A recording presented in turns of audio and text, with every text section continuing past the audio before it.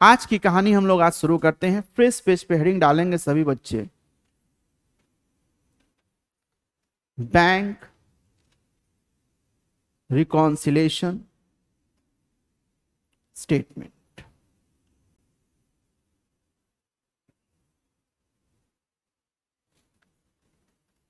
सभी सब्जेक्ट का अलग अलग रजिस्टर होना चाहिए, ये बात हम 11 से सिखाते हैं और वही बात यहां पे भी जारी रहेगी।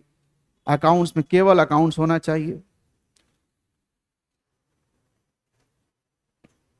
बैंक रिकॉन्सिलेशन स्टेटमेंट, शॉर्टली हम लोग इसको BRS बोलते हैं।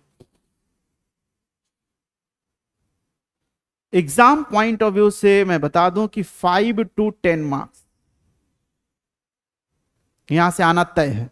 एक क्वेश्चन तो आता ही आता है BRS से, सॉरी, मिनिमम 5 मार्क्स के 10-10 नंबर के भी क्वेश्चंस आते हैं। नाम सुना होगा आपने, लेकिन फिर वही हमने कहा कि फ्रेश परसेप्शन से हम लोग इसको नए अंदाज में हम लोग इसको शुरू करेंगे। बिजनेस कंसर्न का बैंक से अगर देखा जाए तो क्लोज रिलेशन होता है। कोई भी बिजनेस कंसर्न है तो उसका एक बैंक में अकाउंट जरूर मेंटेन होता है। नॉर्मली वो देखते हैं वो करंट अकाउंट होता है आपका। और आज के दिन में आजकल जो हमारी गवर्नमेंट है वो कहती है कि बिजनेस को हमेशा बैंकिंग चैनल से ही करना है आपको। तो हर हाल में बिजनेस कंसर्न का बैंक अकाउंट तो जरूर मेंटेन होता है। और जहां बिजनेस कंसर्न का बैंक अकाउंट है तो BRS की तो जरूरत पड़ेगी ही पड़ेगी। होता क्या है कि देखिए, नोट भी करते चलेंगे साथ में और समझते भी। हाँ, नोटिंग हाथ से होगा और समझना दिमाग से, ये दोनों प्रोसेस एक साथ। कहीं मुझे रुकना होगा तो मैं रोकूंगा, यहाँ रुक जाइए पहले फिर नोटिंग कीजिएगा, अदरवाइज आपका ये दोनों प्रोसेस एक साथ चलना चाहिए। ठीक, तो देखिए, कोई भी बिजनेस एंटिटी है वो ओपन करवाती है कोई बैंक अकाउंट।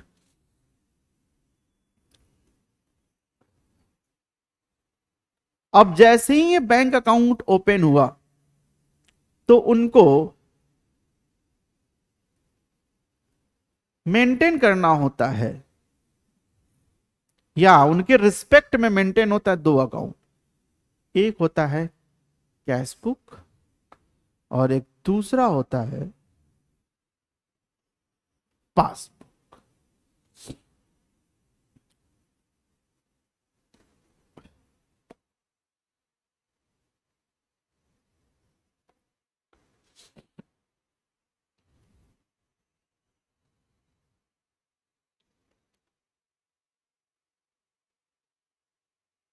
जब भी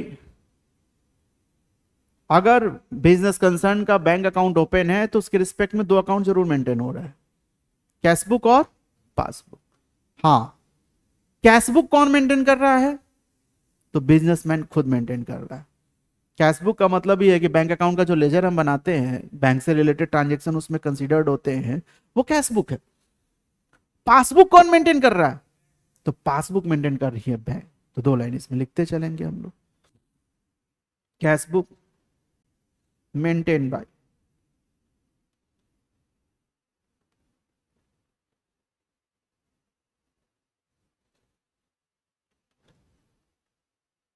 बिजनेसमैन इटसेल्फ, जबकि पासबुक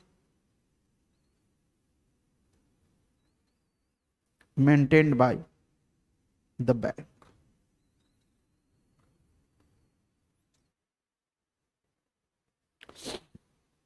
कैशबुक है क्या? देख लें, लिखेंगे,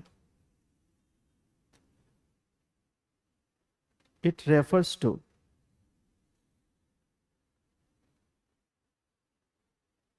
लेजर ऑफ बैंक अकाउंट और बैंक कॉलम ऑफ कैशबुक।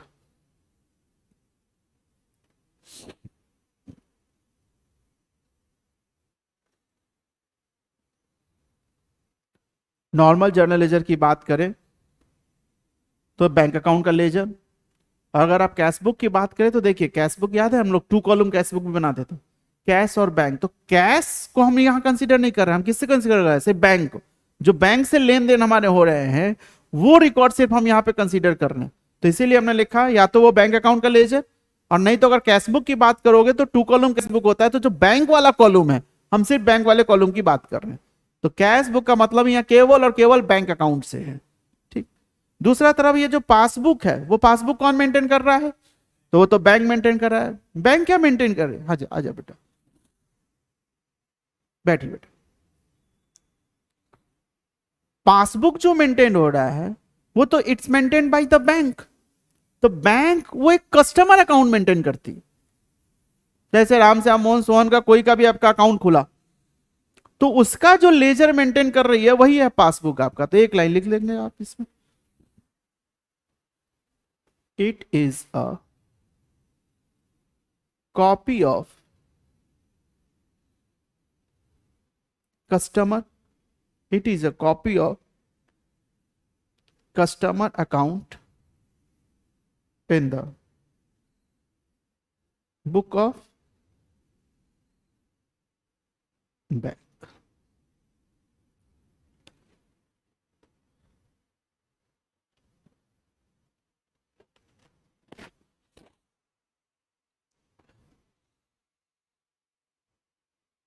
ठीक है बेटा, रजिस्टर खोल लो, तुम लोग भी रजिस्टर लाई हो तो खोलो बेटा, ये इतना जगह छोड़ दो और इसके बाद नोटिंग करो।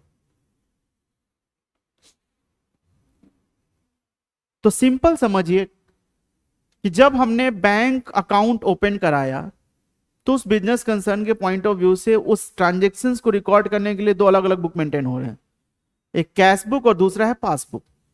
कैश बुक बिजनेसमैन खुद मेंटेन कर रहा है और पासबुक बैंक मेंटेन कर रही है। ठीक। कैश बुक क्या है, तो हमने सिंपल सा कहा जो बैंक अकाउंट का लेजर है या कैश बुक में जो बैंक कॉलम का है वही आपका कैश बुक है। और पासबुक क्या है, तो बैंक द्वारा मेंटेन किया गया कस्टमर का अकाउंट, बैंक द्वारा मेंटेन किया गया कस्टमर का अकाउंट। अब आइए जैसे एक सिंपल से एक एग्जांपल लेते हैं, नोट कर लिया था सबने, ठीक है। आप अब बेटा आधा पेज जगह छोड़ के उसके आगे नोट करो। यहां से एक एग्जांपल देखिए, देखिए मिस्टर रोहन है a businessman,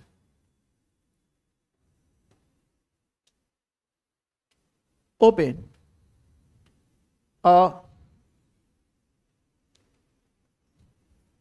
bank account in SBI with rupees 5,000.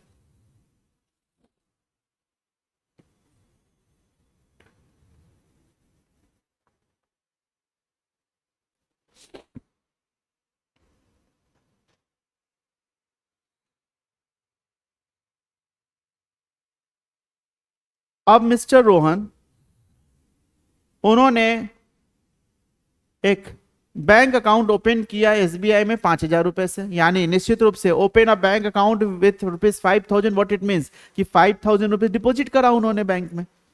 ठीक। तो अब देखिए यहां पे मैं एक तरफ रखता हूं मिस्टर रोहन को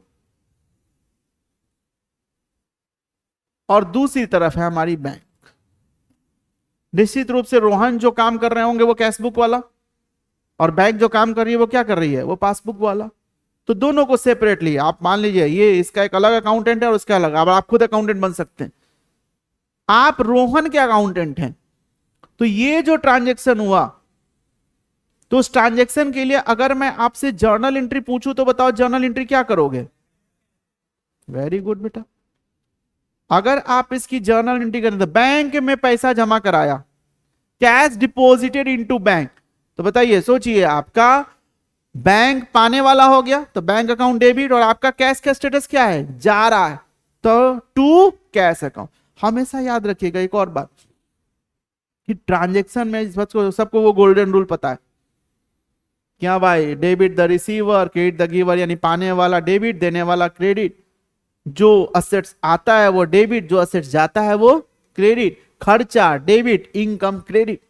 तो उन्हीं के रिस्पेक्ट में याद रखिए कि जब आप ट्रांजेक्शन देखिएगा तो कहीं भी फंसिएगा तो 80% ट्रांजेक्शन में कैश रहता है, उससे ज्यादा ही ट्रांजेक्शन में या तो कैश का आना जाना होता रहता है। तो आप कैश को पकड़ लो।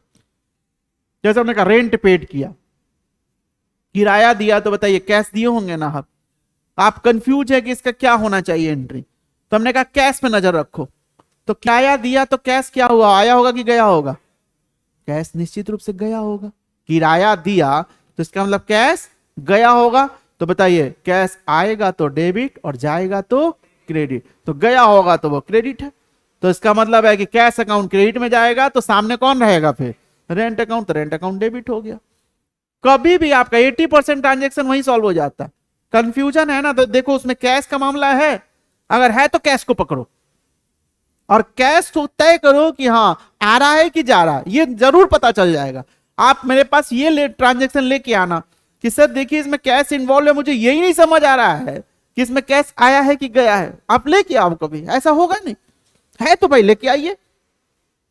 तो 80% ट्रांजेक्शन में कैश इन्वॉल्व होता है और आप कैश को पकड़ लो कि आ रहा है कि जा रहा है, तो एक साइड तय हो गया, तो इतना तो पता है कि दूसरा वाला फिर दूसरे साइड में होगा आपका।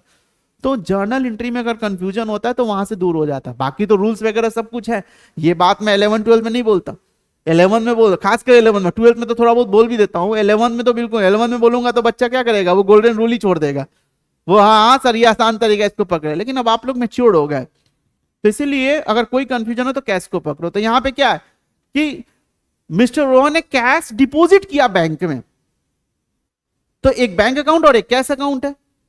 तो कैश का देखो आना हुआ कि जाना हुआ, कैश जा रहा है, रोहन तो दे रहा है ना, किसको दिया? बैंक को दिया। तो इसलिए बताओ बेटा यहां क्या एंट्री होगी, लिखते चलो ना, bank account debit to cash account 5000।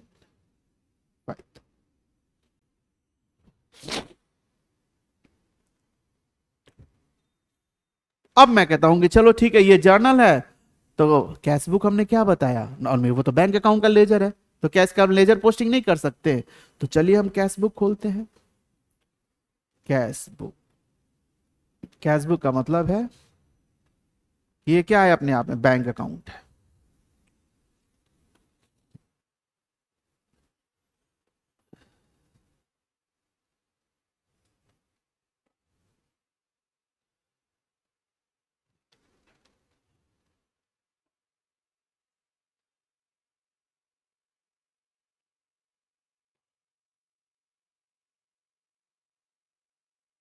Particular amount, particular amount, rupees, rupees.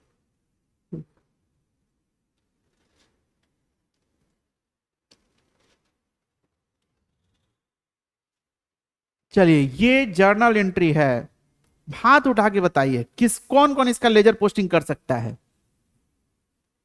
चलिए 1 2 3 4 5 6 7, बहुत बढ़िया। इधर सब कर सकते हो तुम लोग, तुमको थोड़ा दिक्कत है तो लेजर करना होगा। समीक्षा बेटा कर सकती हैं, चलो वेरी गुड। बोलो बेटा आयुष। हाँ, क्रेडिट साइड बाय, ये मेरा अकाउंट कौन सा है, बैंक अकाउंट है। डेबिट में टू कैश, देखो बेटा सबको लेजर का फिर मैं सिखा रहा हूं, मान के चलो नहीं आता आप लोगों को, बेटा एक ही रूल होता है। ये अचानक से सर्दी कहां से आ गई, चलो खैर। देखो बेटा लेजर का एक रूल होता है, शायद मेरे से पढ़े होंगे उनको वो लाइन याद होगा, जो मेरे से नहीं पढ़े हैं वो ध्यान से सुने, कि जिस बैंक का आप लेजर पोस्टिंग कर, सॉरी जिस अकाउंट का आप लेजर पोस्टिंग कर रहे हो, साइड उसी का, अमाउंट उसी का, नाम अपोजिट, ये लाइन लिख लेना।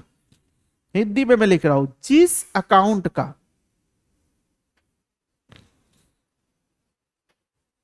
लेजर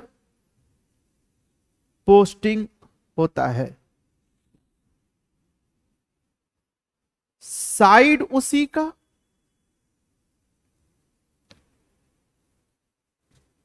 अमाउंट उसी का, नेम अपोजिट। ये बेटा rules of ledger, rules of ledger posting. एक लाइन में पूरा लेजर खत्म हो जाता है अगर आप इस लाइन को अच्छे से समझ गए तो।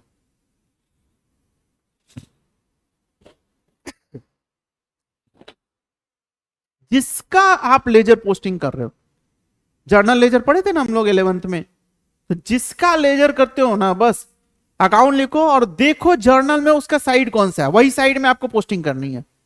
अमाउंट उसी को लेना है, नाम अपोजिट।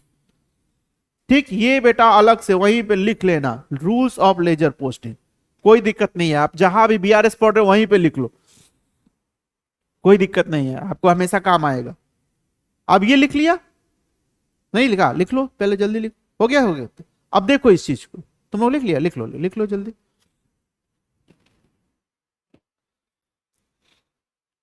अब देखिए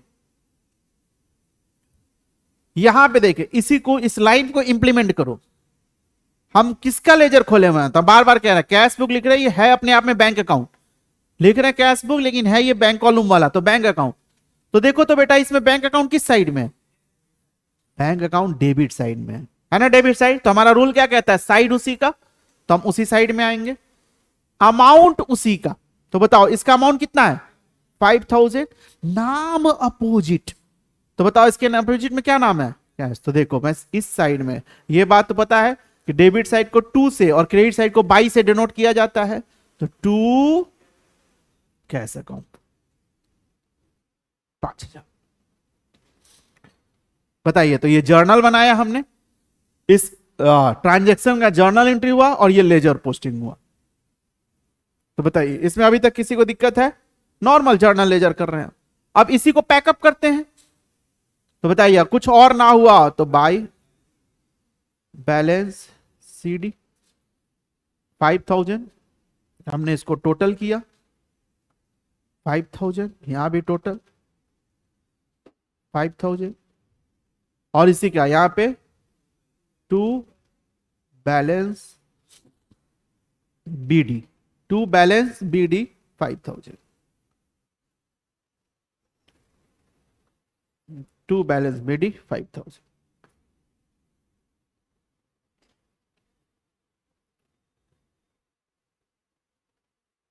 बताइए ठीक है।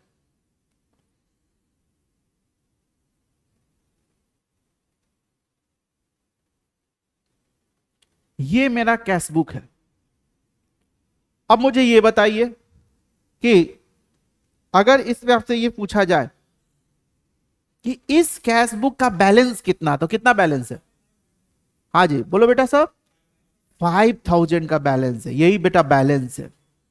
फिर अगला सवाल, डेबिट बैलेंस या क्रेडिट बैलेंस, ये डेबिट बैलेंस है। जिधर बेटा बीडी होता है बैलेंस वही साइड होता है, जिधर बीडी होता है बैलेंस वही साइड होता है। इसका मतलब ये हुआ कि यहां पे हम कह सकते हैं कि डेबिट बैलेंस है ₹5000।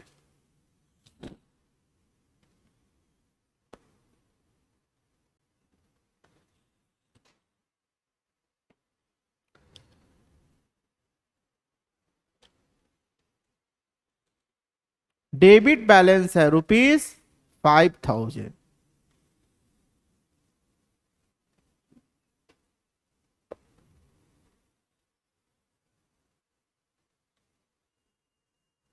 ठीक, दूसरी तरफ आइए, बैंक। बैंक क्या है, तो हमने बताया कि बैंक क्या करता है, वो जर्नल एंट्रीज वो करेगा अपने हिसाब से। अब तो बैंक में पहले आओ, हम जर्नल एंट्री करते हैं। आप बैंक के अकाउंटेंट है, बैंक के हिसाब से सोचना। तो बैंक क्या कह रही है कि भाई रोहन हमें कैश दे रहा है, यही ना हो रहा होगा। बैंक कह रही है कि रोहन हमें कैश दे रहा है, तो बताइए बैंक कह रही है कैश, बैंक के पॉइंट ऑफ व्यू से सोचो, कैश आ रहा है कि जा रहा है, कैश उसके पास आ रहा है, तो वो बोलेगी कि भाई ठीक है, कैश अकाउंट डेबिट। 2 देने वाला कौन, रोहन, तो 2 रोहन अकाउंट। How much? 5,000, 5,000।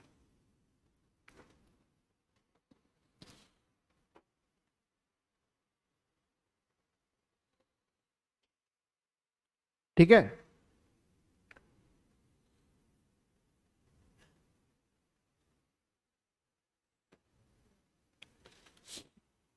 तो अब आइए, अब हम इसके पासबुक में चलते हैं। पासबुक का मतलब क्या है कि वही रोहन्स अकाउंट है। अब देखिए थोड़ा सा फॉर्मेटिंग अलग होता है, साथ में हम देखते जाते हैं पासबुक का फॉर्मेट क्या होता है नॉर्मली। वैसे वो लेजर फॉर्म में भी है, सिंपल ऐसा फॉर्म भी हो सकता है, और नहीं तो ज्यादातर क्या होता है वो एक डेट का कॉलम रखता है, पार्टिकुलर का एक सिंगल कॉलम रखता है, एक डेबिट का कॉलम, एक क्रेडिट का कॉलम, और एक बैलेंस।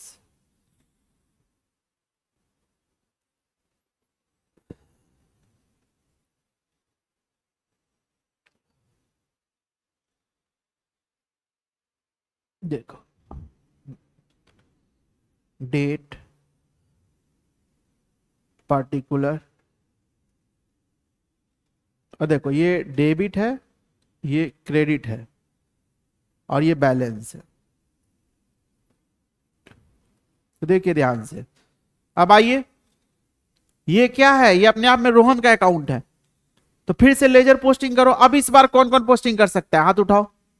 इस बार लेजर पोस्टिंग बताइए। लगभग सब बच्चे सोच रहे हैं कर पाएंगे। चल बेटा समीक्षा करके दिखाओ। रोहन का अकाउंट है, साइड वो देखो कौन सा है? Credit side. तो हमारा पोस्टिंग किधर आना चाहिए? क्रेडिट साइड में आना चाहिए। अमाउंट भी इसी का, ठीक। नाम अपोजिट, वेरी गुड। तो हम क्या लिख देंगे यहां? By cash. ये होगा ना बेटा? अमाउंट बताओ किस में लिखो, डेबिट की credit? Very good, credit side 5,000। Date नहीं है, नहीं तो डेट में यहां पे लिखा जाता था। और उस हिसाब से देखिए बैलेंस क्या हो गया? 5,000 बैलेंस है, डेबिट की क्रेडिट? क्रेडिट बैलेंस है।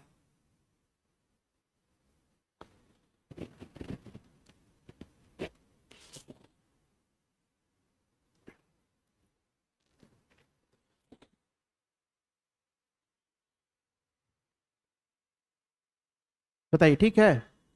तो यहां पे आइए ध्यान से देखिए, और एक और बात, और इसीलिए थोड़ा आपकी सुविधा के लिए वो कि भाई हर आदमी कॉमर्स का पढ़ा लिखा इतना नहीं होता है, तो वो लिख ही देते हैं कि डिपॉजिट कराइएगा ना तो इसका मतलब क्रेडिट होता है, तो यहाँ डिपॉजिट लिखा रहेगा। जब पासबुक में देखिएगा ना तो यहाँ, और यहाँ पे विड्रॉल लिखा रहेगा कि जब आप पैसा निकालिएगा, विड्रॉल। स्पेलिंग ठीक पता चल रहा है? या देखो बड़ा बड़ा लिख देते हैं, विड्रॉल। पैसा निकालिएगा तो वो डेबिट होता है, और डालिएगा तो वो क्रेडिट होता है।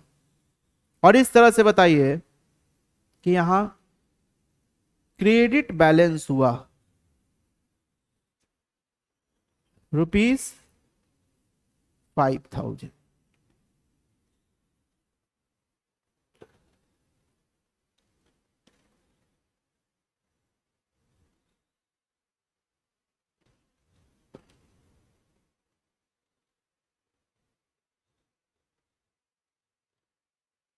बताइए ठीक है? तो देखो बेटा, एक ट्रांजेक्शन हुआ कि रोहन ने बैंक में 5,000 रुपए डिपॉजिट करा के अकाउंट ओपन किया। अब उसके बाद देखिए इसका असर, फाइनली कैशबुक बता रहा है कि डेबिट बैलेंस है 5,000 रुपीज, और उधर पासबुक बता रहा है कि क्रेडिट बैलेंस है 5,000 रुपीज। तो ये 100% तय है कि कैशबुक और पासबुक का बैलेंस हमेशा इक्वल होगा। Cashbook which is maintain by the businessman himself, and passbook which is maintain by the bank. तो दोनों का बैलेंस का अमाउंट सेम होगा हमेशा, लेकिन साइड अलग अलग। कि यहां पे देखो कैशबुक डेबिट बैलेंस है तो पासबुक क्रेडिट बैलेंस, अमाउंट आपका सेम है। तो इसका मतलब हम ये लिख सकते हैं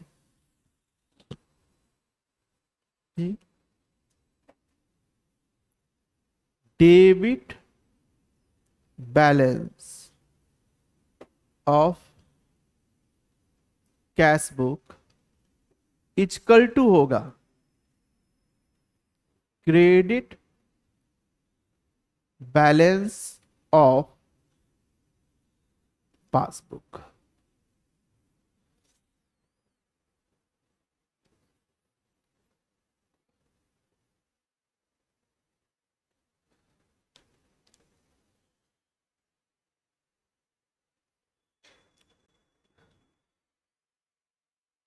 दूसरी तरफ सेम ही बात, credit balance of passbook equal to होगा debit balance of cash of, उल्टा लिए, credit balance of cash book equal to debit balance of pass. और इन दोनों केस में बताइए अमाउंट हमेशा क्या होगा, सेम होगा इन बोथ बुक, दोनों बुक में अमाउंट तो सेम होगा।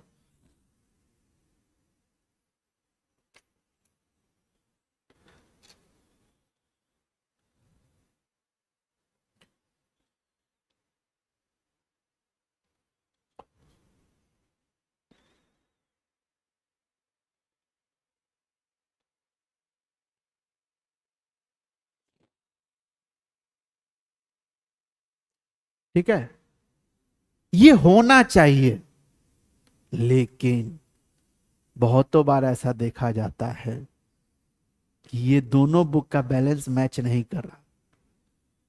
कैश बुक कह रहा है कि भाई मेरा डेबिट बैलेंस है 25,000 और पासबुक कह रहा है कि नहीं हमारा क्रेडिट बैलेंस तो सिर्फ 15,000 है, दोनों बुक मैच नहीं कर रहा है। तो आइए लिख लीजिए एक line,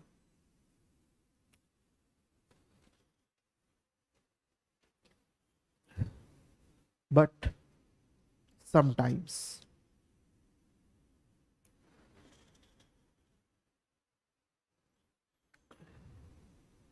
both balance are not matched.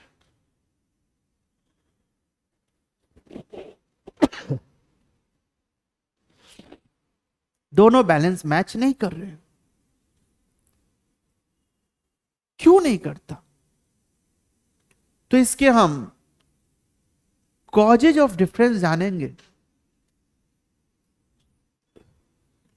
तो बहुत सारे कारणों को हम लोग देखेंगे डिटेल, उसको हम 3 कैटेगरी में बांट सकते हैं कॉजेज ऑफ डिफरेंस को। सबसे जो मेन होता है रीजन, जो मेन कॉज होता है वो टाइम डिफरेंस, लिखेंगे timing difference of recording of transactions. Timing difference of recording of transactions, सबसे जो मेन डिफरेंस।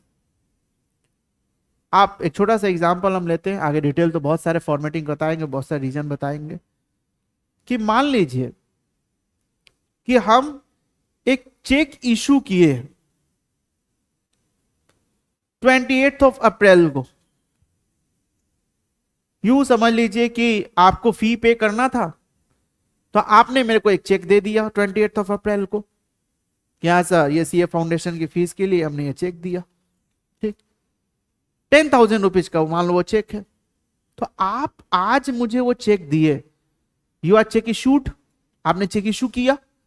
तो बताइए आप अपने बुक में इसको मेंटेन कीजिएगा। तो 28 अप्रैल को आपने लिख दिया कि भाई चेक इशू किया, तो आपका बैलेंस घट गया, उतना रुपए से माइनस होगा ना भाई, पैसा दिए है तो आपका खाता में कम हो जाएगा पैसा। तो आपने जो रिकॉर्ड करना था कैश बुक में रिकॉर्ड कर दिया कि चेक इशू किए हैं, 10,000 से फिगर कम हो गया। लेकिन वो चेक मैंने अपने जेब में रख लिया कि हमने कहा अच्छा ठीक है, इसको हम डिपॉजिट करेंगे। 2 दिन हम अपने जेब में रखे रह गए। 2 दिन बाद हम बैंक में गए, यानी 30 तारीख बीत गया, 1 मई को हम 1 मई को हम बैंक को डिपॉजिट किए। और आपको भी पता है कि बैंक को डिपॉजिट करेंगे उसी समय बैंक एकदम बैठी नहीं है, आया नहीं कि हाँ रिकॉर्ड कर लिया, उसमें भी टाइम में प्रोसेस लगता है उस चेक को क्लियर होने में। तो इस तरीके से करके वो 5 मई को मान लीजिए कि 5 मई को पासबुक मेंटेन हो पाया, उसमें आपके खाते से पैसा घट पाया। अब 30 अप्रैल को हम लेके बैठ गए अपना लेजर। 30 अप्रैल को हम लेके लेजर बैठ गए कि चलो मिलाया जाए। तो पता चला कि कैश बुक वो 35,000 का बैलेंस बता रहा है आपका, जबकि पासबुक 45,000 का बैलेंस बता रहा है। हाँ जी, हो सकता है नहीं हो सकता है। 30 अप्रैल को देखा गया कि आपका कैश बुक बोल रहा है कि हमारे खाते में 35,000 रुपया है, जबकि पासबुक बोल रहा है कि आपके खाते में 45,000 रुपया है। अब इस बात से खुश होने की बात नहीं है, अच्छा चलो 10,000 ज्यादा है, वाह, नहीं। बिजनेसमैन अकाउंटेंट एक एक पैसे का हिसाब, चाहे वो कम हो या ज्यादा हो, मैच तो करना चाहिए। ये मैच क्यों नहीं कर रहा है बताइए? अभी तक तो हमने यहां तक सीखा कि भाई ये दोनों सेम होना चाहिए था, ये मैच क्यों नहीं कर रहा है? तो वही देखा गया कि क्या हुआ क्या हुआ। तो ओ, एक चेक इशू किया गया है 28 अप्रैल को, जिससे कि हमारा कैश बुक घटा, लेकिन बैंक में अभी तक प्रेजेंट ही नहीं हुआ है, बैंक ने उसको अभी तक पेमेंट ही नहीं किया है, और वही 10,000 का फर्क आ रहा है। समझ आई बात? तो इस कारण से, ये एग्जाम्पल के रूप में कारण लिया, ऐसे कई कारण। तो बताओ इसमें ना गलत कैश बुक है ना पासबुक है, दोनों में से कोई गलत है क्या? टाइमिंग डिफरेंस है, कि टाइमिंग डिफरेंस है कि भाई हम 28 तारीख को कैश बुक ने रिकॉर्ड किया, जबकि पासबुक ने तो उसको 5 मई को रिकॉर्ड किया। टाइमिंग डिफरेंस के कारण ये फर्क आ रहा है। तो वही डिफरेंसेस को देखिए, रीजन टाइमिंग डिफरेंस हो सकता है, या भाई ये भी हो सकता है कि हमने रियल में गलती किया है, तो errors in cash book, cash book में कुछ एरर हो सकता है, या एरर्स इन पासबुक, पासबुक में एरर हो सकता है। एरर तो सिंपल सा बात है कि भाई हमने चेक डिपॉजिट किया 5,000 का, और आपने उसको 50,000 में डिपॉजिट ले लिया। एरर का तो बताइए, कुछ भी एरर हो सकता है आपका, तो जो भी एरर होगा उसको ठीक करना होगा। तो ये 3 मेन रीजन हो सकते हैं। सबसे मेन रीजन होता है कि ना गलत तुम हो ना गलत हमें, टाइमिंग डिफरेंस चल रहा है। और दूसरा ये दोनों होता है कि भाई कैश बुक तुमने कुछ गलती किया या पासबुक तुमने कुछ गलती किया है।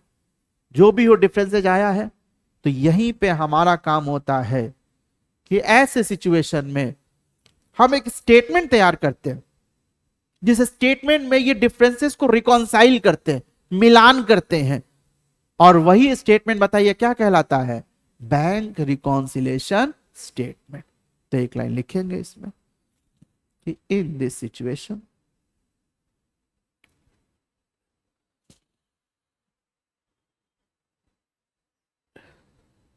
We prepare statement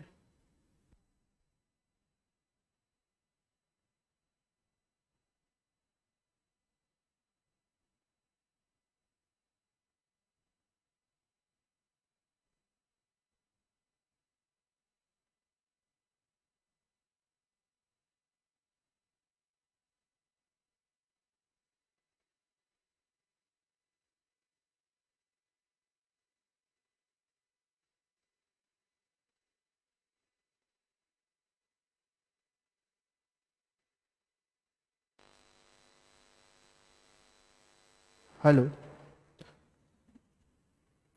in this situation we prepare a statement to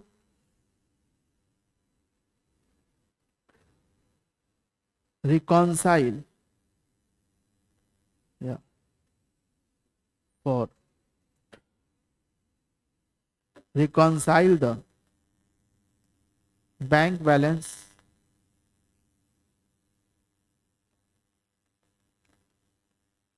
as per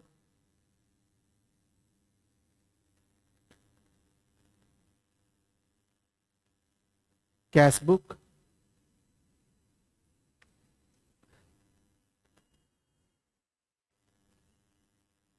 and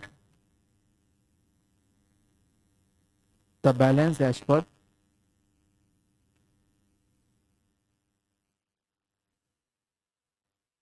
passbook.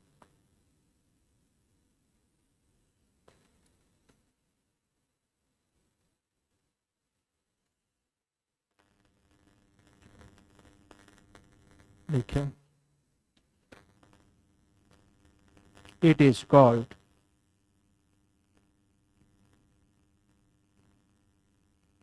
bank reconciliation statement।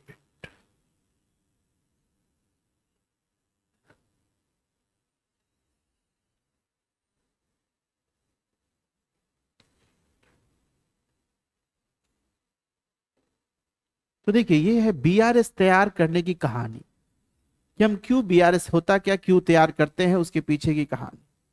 अब अगला क्वेश्चन मेन है कि आखिर चलिए सर समझ तो आया बीआरएस क्या है, क्यों तैयार कर रहे हैं, कैसे तैयार करेंगे। तो चलिए आज पहली क्लास है, आज हम लोग यही रोकते हैं। नेक्स्ट क्लास में हम प्रॉपर बीआरएस तैयार करना सीखेंगे कि बैंक रिकॉन्सिलिएशन स्टेटमेंट तैयार कैसे किया जाता है।